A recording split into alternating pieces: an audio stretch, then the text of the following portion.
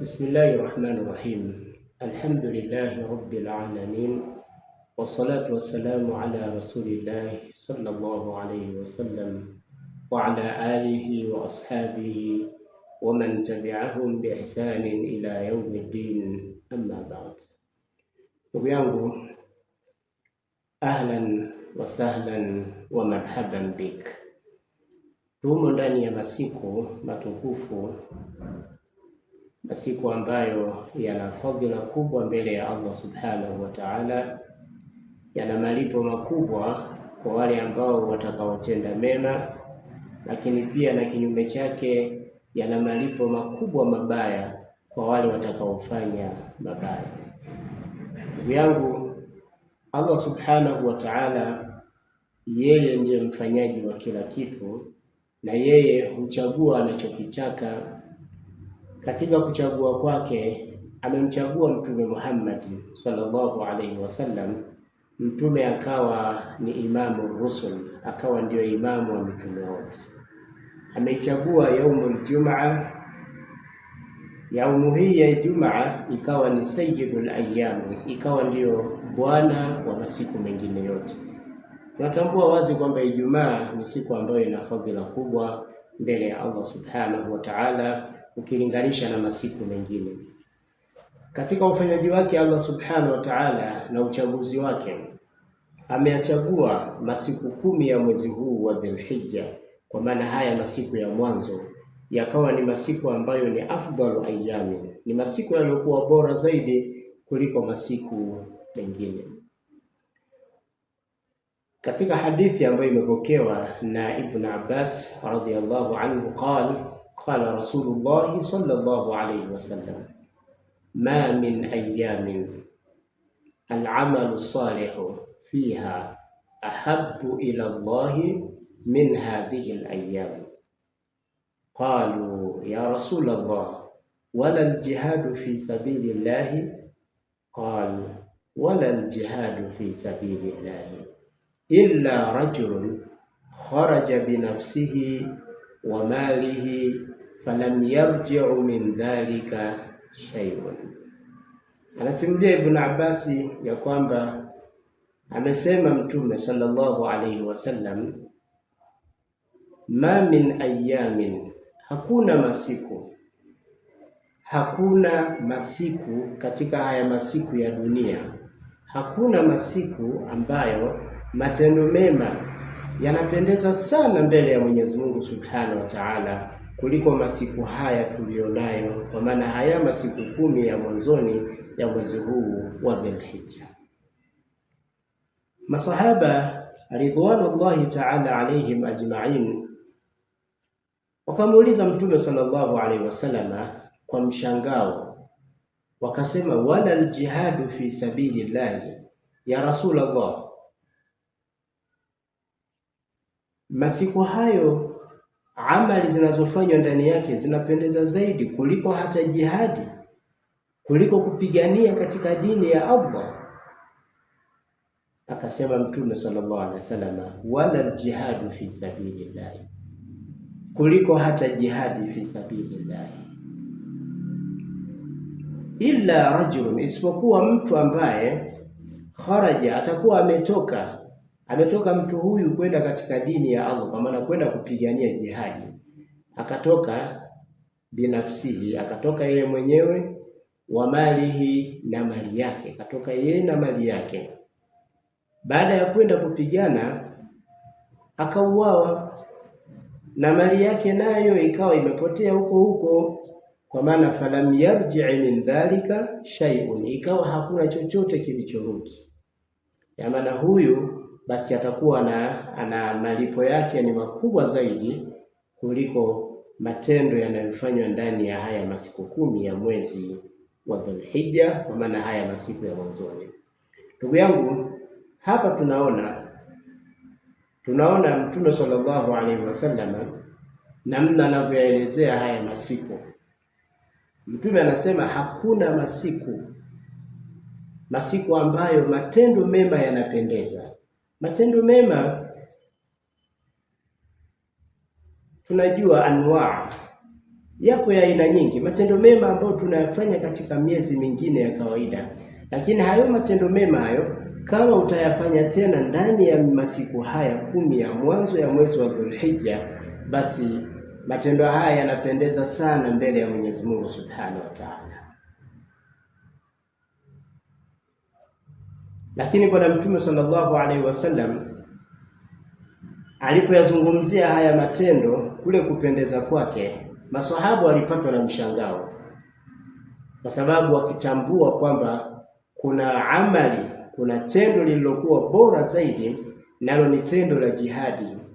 Maswahaba wenyewe walikuwa wanaenda kwa Mtume sallallahu alaihi wasallam, wanataka kwenda kupigana, kwa sababu anajua akienda kupigana, akiwa katika viwanja vya mapambano, kuna moja kati ya mambo mawili, imma nasru wa imma shahada. Ima mtapata nusura, kwa maana mtapigana, dini ya Allah itapata ushindi, ima mtakufa mkiwa mashahidi. Sasa unapokufa ukiwa shahidi, shahidi anasamehewa madhambi yake yote. Shahidi anasamehewa madhambi yake yote illa dain, isipokuwa deni tu. Sasa fadhila iliyoje, malipo yaliyoje!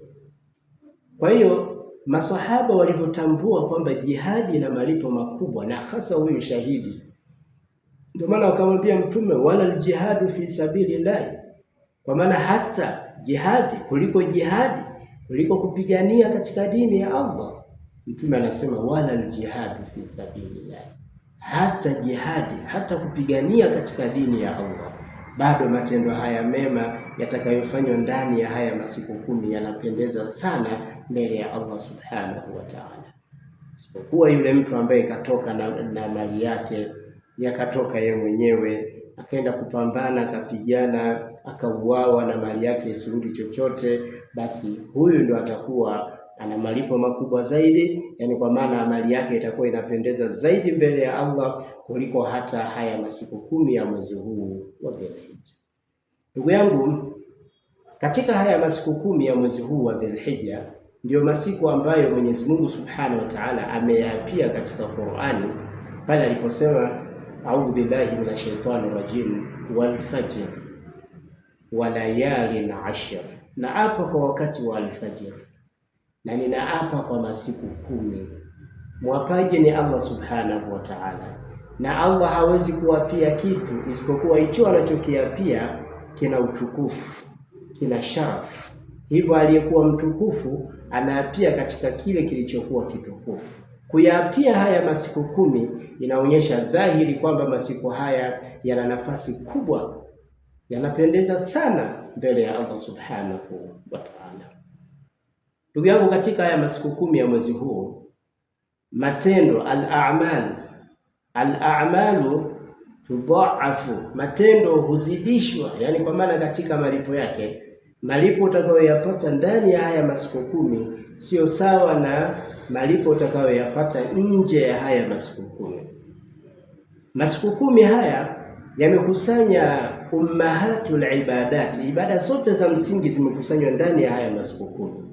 Ndani ya masiku 10 haya kuna swala ambayo tunaiswali kila siku, na sadaqa ambayo inatakiwa kutolewa, lakini kuna saum ambayo inapendeza kufunga kuanzia siku ya kwanza mpaka ya 9, na ikiwemo siku ya Arafa.